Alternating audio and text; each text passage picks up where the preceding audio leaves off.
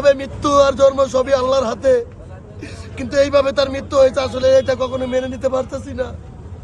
সকাল যখন বাসায় 6টা বাজে ঘুম থেকে উঠলাম, যখন ফেসবুকের মাধ্যমে প্রথম দেখতে পারলাম যে আমাদের নেত্রী আর আমাদের মাঝে নেই, তিনি আমাদের ছেড়ে চলে গেছেন।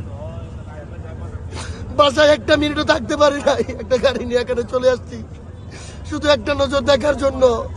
চোখের পানি শুকিয়ে গেছে ভাই, বিশ্বাস হচ্ছে না।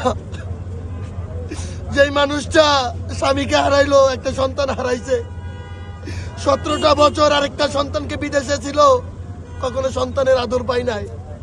আজকে সেই সন্তান কাছে এসেছে, কিন্তু মা সন্তানকে ছেড়ে চলে গেছে। আমার মনে হয় না এই বাংলাদেশে এই আপসীন নেত্রী বেগম খালেদা জিয়ার মতন আর একটা নেত্রী বাংলাদেশে জন্ম হবে।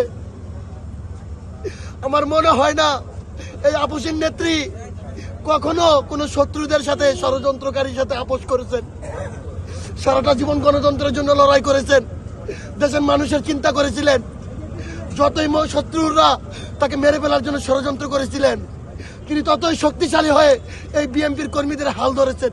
আজকে সেই মানুষটা আমাদের কাছ থেকে চলে গেছেন।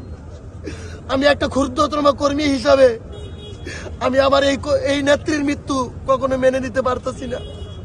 আল্লাহ তাকে জান্নাতুল ফেরদাউস নসিব করুক, আমি দোয়া করি। সারা বাংলাদেশের মানুষের কাছে আমার নেত্রীর জন্য দোয়া চাই। আল্লাহ যেন আমার নেত্রীকে ওই জান্নাতুল ফেরদাউস নসিব করেন, সর্বোচ্চ মর্যাদা দেন। এই আর কিছু বলতে পারবো না।